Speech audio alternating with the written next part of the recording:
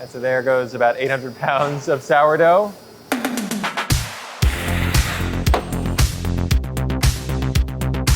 Bread is the type of simple, honest food, combining flour, water, and salt, and with care, creating this piece of food that's nourishing to the world.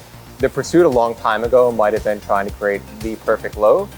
The pursuit now is trying to feed a lot of people. We think everyone should have access to good bread. We bake about 150,000 loaves of sourdough bread each week.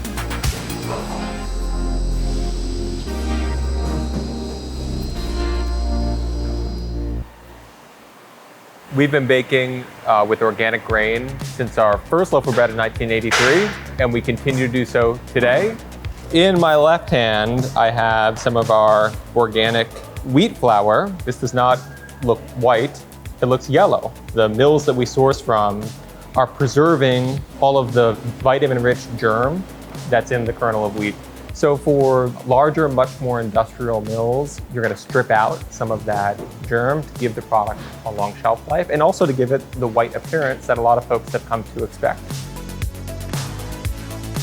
Most of our breads are 100% sourdough, which means there's no added yeast to them whatsoever. So all of the leavening, all the fermentation comes from the sourdough. We are managing 5 different sourdoughs every day that then go into tens of thousands of loaves of bread every day. And it takes the best baking team, I'd say in the country, if not the world, to do that work every day. And at the heart of that baking team is our senior production manager, Juan Hernandez. Es el proceso de líquido leavon. Es la madre principal de la compañía. 90% de nuestro producto lleva este starter. We have our whole wheat leavon, our stiff white leavon, our rye sourdough, our biga, and then our liquid leavon, which is sort of our core workhorse sourdough that we use in different combinations to create our different sourdough breads.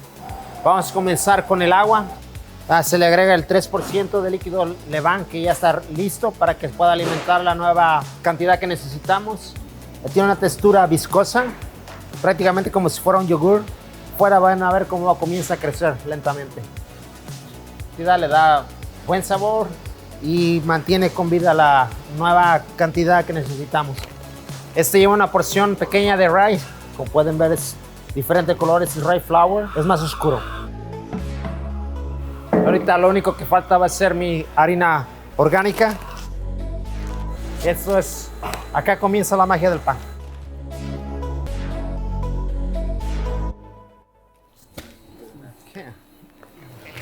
En esta bola vamos a hacer el whole wheat leavon.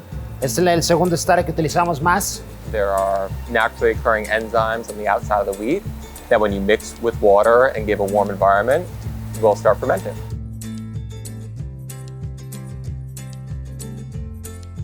No todos los días son iguales, va cambiando, depende de la necesidad del pan. A veces la temperatura del tiempo influye. Nosotros vamos trabajando día con día, pero la mayoría del tiempo tenemos siempre algo que cocinar.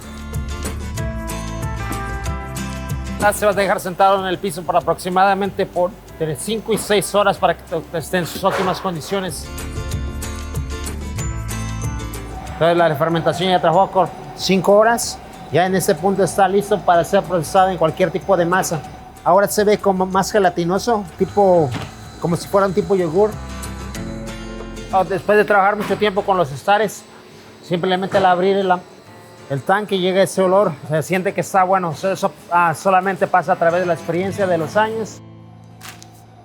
Mixing is when we incorporate the liquid ingredients into our solid ingredients and develop strength in the dough. This is our mixing station, and right now Anna is working on a mix of our whole wheat sourdough. We have wheat flour, whole wheat flour, and whole rye flour. The first phase, we are combining the flour with most, but not all of the water in what we call an autolyse, and this is a traditional artisan technique. We've already incorporated the flour and most of the water, and now it's resting while that water hydrates into the flour. And this dough right now, like we would describe this in baking terms as a really shaggy dough. It will easily pull apart. Si se recuerdan, esta mañana hicimos el whole wheat levain. Ahorita tiene una textura como, es como Play-Doh, pero pueden ver las bubbles adentro. Y en esas 5 horas, 7 horas, acaba de subir y está listo para ser utilizado. After the 15-minute autolyse, we then do what we call the final mix, where we're adding sourdough, salt, then we add the final dose of water. What we want to do is like push hydration to the very limit, and we'll really develop the dough and go from what is essentially a paste to an extensible, stretchy dough.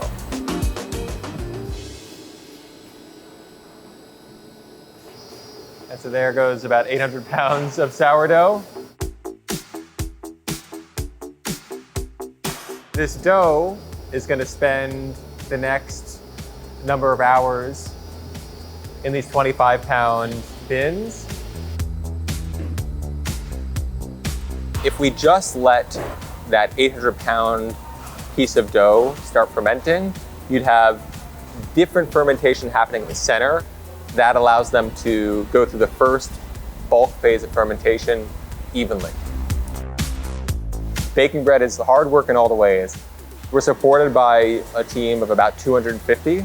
Every supervisor at every station is constantly making adjustments to accommodate the dough. Their sensory experience of visually looking at the sourdough, smelling the sourdough, touching the sourdough, and knowing that it's ready. Each piece is cut and then it registers the weight up here, and then the chain here, it rolls it into a torpedo. We have 2 people catching. We want to put the seam up so when it gets dumped out at the ovens, the seam is on the bottom. The loaf shape goes into our fermentation baskets. We need this structure for the dough to sustain itself over 12 hours. We've got 3 different retarding chambers. A lot of bakeries will use these machines to speed up the fermentation process, to proof the bread. We use these machines to retard the fermentation process. We keep all the doughs at a low temperature with a high humidity, and that allows the dough to very slowly rise, and it doesn't dry out with a high humidity. You need that long fermentation time period to develop the sourdough flavor. And then over the course of the night, the sourdough digested starch and sugar from the flour, and in the fermentation process, gave off carbon dioxide. That's what creates the bubbles in the bread. And you can see it still has some resilience to the touch. And so we know that the dough is still active. So right now the team is what we call scoring the bread, essentially putting relief cuts into the dough so that when it expands as it hits the oven, the bread expands on those relief points. And it's a way that we distinguish between the breads at the bakery. We have an oven system from a German oven manufacturer, Hoeft. We think they're the best in the world at creating artisan baking systems. Each loaf of bread is placed by hand onto the preloading belt. The loading machine goes to one of the 12 decks in the oven. It's called a thermal oil oven system. There's a burner that heats a fluid that's then circulated through the base of the oven, and that provides us with really even controlled heat throughout the whole oven. This oven can do 1,200 of our sliced sourdough breads every hour. Each of our roughly 10 sourdoughs has a different baking program, so we get the profile that we want. We're moving the curve of the temperature throughout the bake. The steam is allowing the product to expand before the crust sort of sets. All the little pockets that have formed from fermentation, all the little pockets of carbon dioxide, are being baked into place. What we look for when the bread comes out is we want even coloration. The deep brown and reds that we get in the crust are the caramelization of starches that form during the fermentation process. So as soon as this rack is full, it's going to get moved into one of our climate-controlled cooling rooms. The bread is in this room for about 4 hours before it's sliced, and we maintain a very clean environment in this room. And that's one of the ways that we give a long shelf life to our bread without using mold inhibitors, which are in most commercially bought breads. Our bread is distributed around the Northeast. The furthest point south that you'll find our product is in the DC area, and the furthest point north is in the Boston area. And so each and every day, we are doing our job of baking, slicing, delivering fresh bread. We don't want it to be an exclusive good. We think everyone should have access to good bread. So we just launched with one of our partners a compostable plastic bag for one of our breads. There's more work to do within the supply chain to make the compostable bag readily available, but we are the first to bring it to market. And so this has been years of work to get to this point. We've got a QR code here that gives these instructions to use this bag as a liner for your compost and then deposit it into New York's curbside compost program. We make tens of thousands of loaves of sourdough bread every day in an effort to help feed the world. And now we're gonna go to our original location in Boyceville. It's very hands-on work where we're making bread in much smaller numbers, just doing our part to feed the community. My father founded the company 40 years ago in 1983 in an old, busted up one-car garage on Route 28 in Boyceville, New York. At the heart of that business are two beautiful wood-fired brick ovens that are not just a piece of bread alone history, but I feel like they're a piece of cultural history. There are very few active wood-fired ovens of this style that are still in use, even in Paris. So André Lefort, the multi-generation French oven mason, when my father convinced him to travel to the US to build the oven, said, if I'm gonna travel all the way to the US, I might as well build two. We'll get about 24 loaves on the belt, so a total of 96 in each side of the oven. So you've got the firebox down here. This is where we build the fire using scrap wood from local lumber yards. The flames shoot through this big piece of steel called the guillard.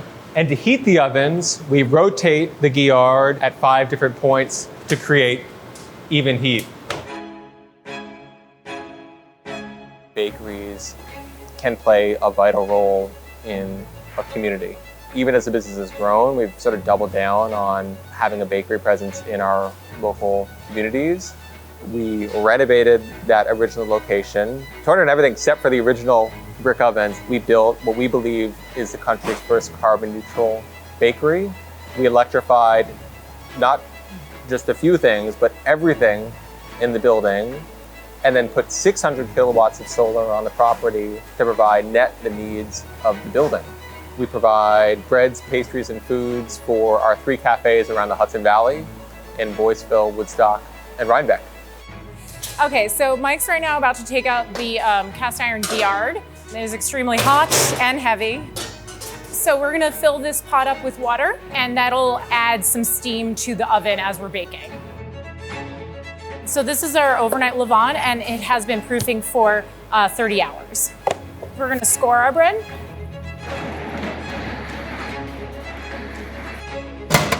This is the miche spool. This is our second overnight bread, which has also been fermenting for about 30 hours. The commitment to people and planet is a core part of how we believe we're going to be successful as a business. But not only do I think that growth in a responsible way is possible, but for our business, we view the responsible work as foundational to our growth. Man, Mike, these came out real nice. There's from my life experience, there's just a comforting purity to the smell. It's something that has always been a part of my life, and that just gives me a sense of comfort and pride. The experience that I can still viscerally remember is taking a warm loaf of bread, and then I'd eat the inside out. I could just hollow out a loaf of bread. No matter where you go in the world, there's usually a bakery. The sense of humanity is almost intertwined with the sense of a bakery, because it's something that you find everywhere around the world. And I can go to any baking culture and share a common language, even if we're making different bread. It's no longer about the perfect loaf, it's about bringing this experience to a lot more people.